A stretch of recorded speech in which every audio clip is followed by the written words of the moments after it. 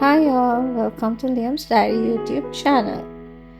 මුලින්ම අපි සුබ මව්වරුන්ගේ දිනයක් කියලා සියලුම මව්වරුන්ට ප්‍රාර්ථනා කරනවා. මේ තමයි අපේ ලියම් බබාගේ ප්‍රී ස්කූල් එකේ මදර්ස් ඩේ සෙලිබ්‍රේට් කරපු විදිය.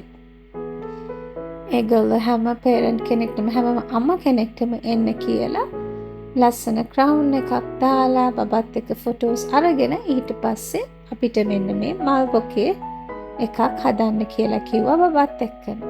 බලන්නකො ලියම් බබා කොච්චර ලස්සනට අම්මට උදව් කරගෙන මල් බොකේ එක හදනවද කියලා.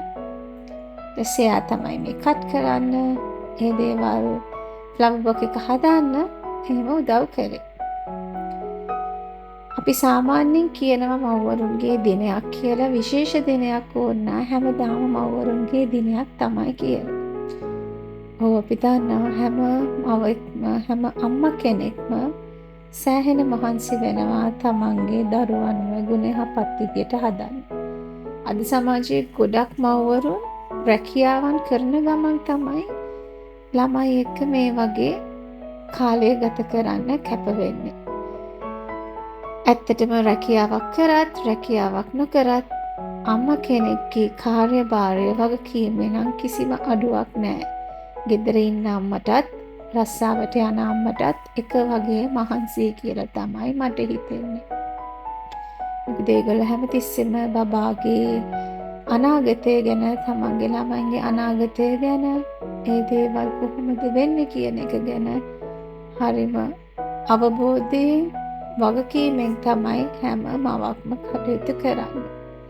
ඉතින් සමහරවිට අපිට හිතනවා ඇත්තටම ඇයි මේ මව්වරුන්ගේ දිනයක් කියලා විශේෂයෙන් සමරන්න ඕන කියලා.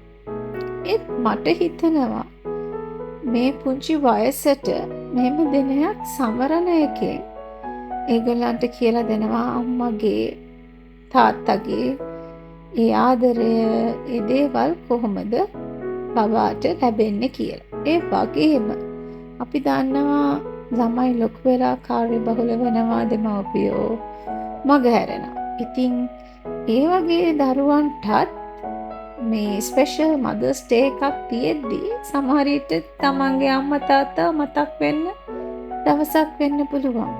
සමහරට ඒගොල්ලෝ මුළු අවුරුද්දෙම ඒ දවසට විතරක් කතා කරන ළමයි ඉන්න පුළුවන්. ඉතින් ඒක නිසා මේ වගේ ඩේ එකක් තියෙන එකේ අවශ්‍යකුත් නැත්තම නෑ.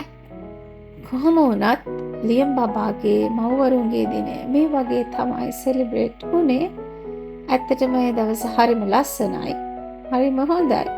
මං ආයෙත් කියනවා මේ ලෝකේ ඉන්න සියලුම මව්වරුන්ට සුබ මව්වරුන්ගේ දිනයක් වේවා කියලා. Happy Mother's Day. Thanks for watching us. Bye.